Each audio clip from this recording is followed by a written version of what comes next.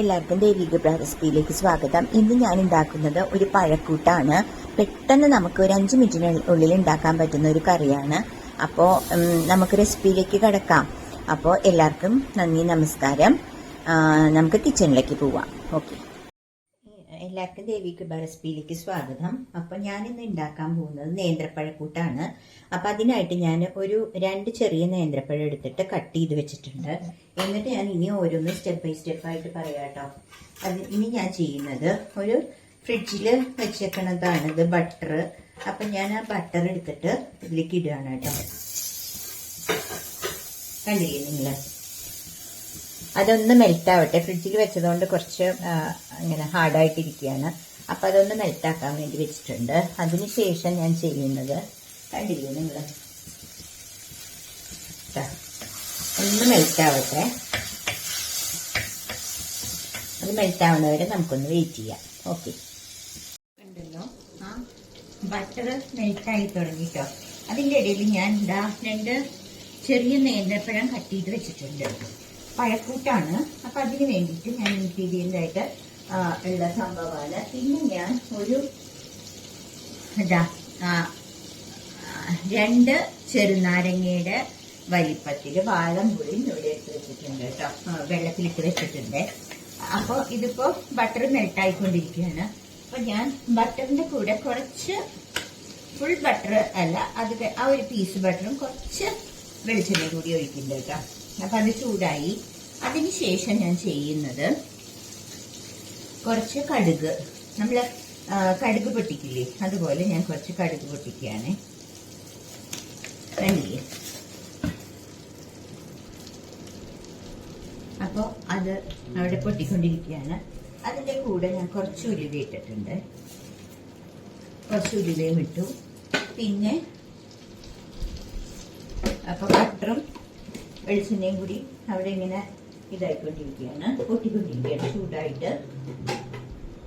അതിൻ്റെ കൂടെ ഞാൻ ചെയ്യുന്നത്, പിന്നെ നിങ്ങൾക്ക് കാണുന്നുണ്ടല്ലോ അല്ലേ ക്യാമറ? ഓക്കെ, ഇതാ അതിൻ്റെ കൂടെ ഞാൻ കുറച്ച് വറ്റൽമുളക്, 2 വറ്റൽമുളക് കൂടി ഇട്ടിട്ടുണ്ട്. അപ്പം ഇതെല്ലാം കൂടി ഒന്ന് കണ്ടില്ലേ, എല്ലാം കൂടിയും ഒന്ന് പൊട്ടട്ടെ. അതിനുശേഷം ഞാൻ നിങ്ങളെ ഓരോന്നോരോന്നായിട്ട് കാണിക്കാം. ആ ബട്ടർ മെൽറ്റാവണതും ആണ് ചൂടായിക്കൊണ്ട് അതിൻ്റെ കൂടെ കടുകും വറ്റൽമുളകും അവിടെ പൊട്ടുന്നുണ്ട് കേട്ടോ. അപ്പൊ ഇതിന് ഇപ്പൊ നിങ്ങളുടെ കയ്യിൽ ബട്ടർ ഇല്ലെങ്കിൽ നമുക്ക് നെയ്യ് ഇട്ടാൽ മതി. 1 സ്പൂണ് 1.5 സ്പൂണ് നെയ്യ് എങ്ങാനും ഇട്ടാലും മതി കേട്ടോ. കണ്ടില്ലേ? അതിനുശേഷം ഈ കടു പൊട്ടിയതിന് ശേഷം ഞാൻ കുറച്ച് കരിവേപ്പില എടുത്ത് വെച്ചിട്ടുണ്ട്. അതും കൂടി അതിലേക്ക് ഇടാം. കണ്ടില്ലേ? പൊട്ടിത്തുടങ്ങി. വളരെ എളുപ്പമായിട്ട് ഇപ്പോൾ ഉണ്ടാക്കുന്ന ഒരു കറിയാണിത് കേട്ടോ.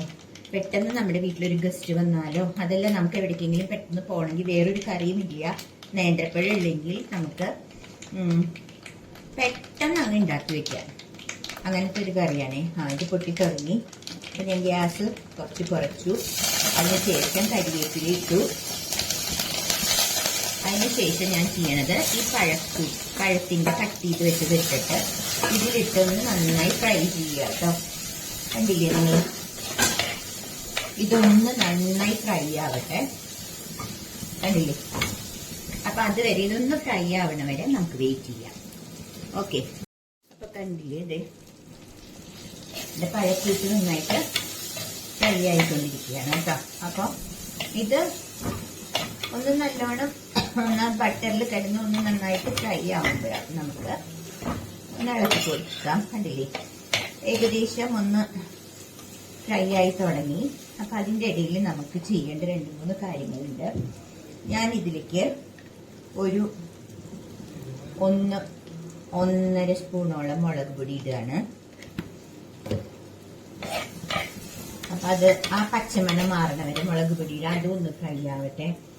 അതിനുശേഷം ഞാനിടുന്നത് അതിനാവശ്യമായ, കറിക്ക് ആവശ്യമായ കുറച്ച് ഉപ്പിട്ടിട്ടുണ്ട്. അതും ഒന്ന് മിക്സിയിൽ ചേർക്കുകയാണ്. കണ്ടില്ലേ? ഇനി ഞാൻ ചെയ്യുന്നത് നിങ്ങളോട് ഞാൻ പറഞ്ഞില്ലേ വാളംപുളി ഞാനിവിടെ വെള്ളത്തിലിട്ട് വെച്ചിട്ടുണ്ടെന്ന്. അപ്പോൾ ഇത് ഞാൻ ഇതിലേക്ക് ഒഴിക്കുകയാണ് കേട്ടോ, ആ വാളംപുളിയുടെ ലിക്വിഡ്. കുറച്ചും കൂടി വെള്ളം എടുത്ത് ഒഴിക്കട്ടെ.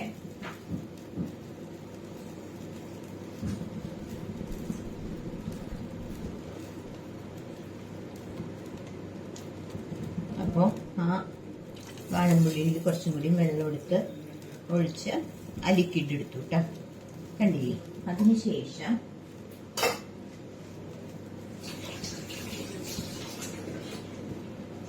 ഓക്കെ, ഞാനൊന്ന് കൈ കഴുകാൻ പോയതാണ്. അപ്പോൾ അതിനുശേഷം ഇതൊന്ന് ഇളക്കി കൊടുക്കുക, കണ്ടില്ലേ.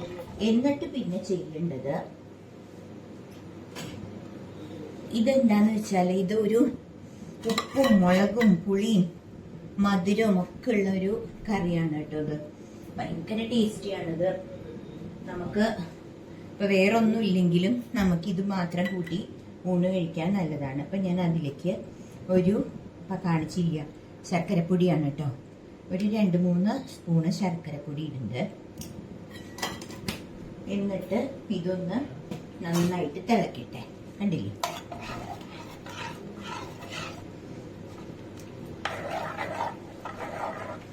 ഇതവിടെ കിടന്ന് തിളക്കട്ടെ കേട്ടോ. അപ്പം ഇതിപ്പം എല്ലാം നല്ല പോർഷനിലായിട്ടുണ്ട്, ഉപ്പും മുളകും പുളിയും മധുരവും ഒക്കെ. അപ്പം ഞാനതൊന്ന് അടച്ചു വെക്കുകയാണേ, കാരണം പെട്ടെന്ന് അതപ്പോൾ ആ വെള്ളം ഒന്ന് കുറുകി വരും, അതിന് വേണ്ടിയിട്ട്. ഓക്കെ, അപ്പോൾ ഇത് തിളച്ച് തുടങ്ങി. അപ്പം ഞാനൊന്ന് നോക്കിയപ്പോൾ ഇതിൽ കുറച്ച് ശർക്കര കൂടുതലാണ്, കാരണം കുറച്ച് പുളി മുന്നിട്ട് നിൽക്കുന്നുണ്ട്. അപ്പം ഇതെല്ലാം ഒരേ പ്രപ്പോർഷനിൽ വേണം കേട്ടോ. പിന്നെ കുറച്ച് എരിവും കൂടി ആവാം. അപ്പം ഞാൻ 1 സ്പൂണ് ശർക്കരയും ഇടുന്നുണ്ട്.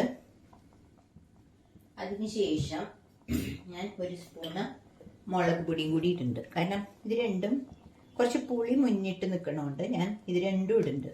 ഇതെല്ലാം ഒരേ പ്രപ്പോർഷനിൽ നിൽക്കണം. എന്നിട്ട് ഞാൻ ഇതൊന്ന് ഇളക്കി നോക്കട്ടെ. ഇപ്പൊ നല്ലോണം കുറുകി വരും കേട്ടോ. അപ്പൊ നമ്മൾ വല്ലാണ്ട് കുറുകി കഴിഞ്ഞാൽ ഇത് വല്ലാണ്ട് ഇതാവും. അപ്പൊ ഞാൻ ആ ഒരു ഇത് കണ്ടീഷൻ നിങ്ങൾക്ക് കാണിച്ചു തരാം. ഇപ്പൊ നല്ല അടിപൊളിയായിട്ടുള്ള പഴക്കൂട്ട് റെഡി ആയിട്ടുണ്ട്. ഇത് നമുക്ക് സെക്കൻഡ് കൂട്ടാനായിട്ട് കേട്ടോ. അപ്പൊ അതായത് നമ്മളിപ്പോ ആരെങ്കിലും ഗസ്റ്റ് വരികയാണെങ്കിൽ നമുക്ക് ഇത് ഫസ്റ്റ് കൂട്ടാനായിട്ട് കഴിക്കാം. ഞാൻ പറഞ്ഞത് എന്താന്ന് വെച്ചാല് ഇത് നമുക്കൊരു അഡീഷണൽ കൂട്ടാനായിട്ട് ഉണ്ടാക്കിയ വളരെ ടേസ്റ്റി ആയിട്ടുള്ള ഒരു കറിയാണ്. അപ്പൊ എല്ലാരും ഒന്ന് ട്രൈ ചെയ്യുക. ഇതെന്റെ അമ്മയുടെ റെസിപ്പിയാണ് കേട്ടോ. അപ്പൊ ഞാൻ വിചാരിച്ചു നിങ്ങൾക്കൊന്ന് ഷെയർ ചെയ്യാന്ന്. അപ്പൊ ഞാനിതിപ്പോ ഗ്യാസ് ഓഫ് ചെയ്യാണ്, കാരണം ഇത് ഇരുന്ന് പിന്നെയും കുറുകും.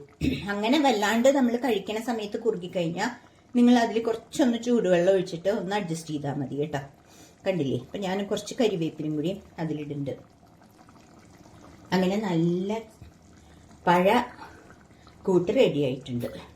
അപ്പം ഞാൻ നിങ്ങളെ കാണിച്ചു തരാം. ക്യാമറ അടുത്ത് കൊണ്ടുപോയി കാണിച്ചു തരാം. കണ്ടില്ലേ.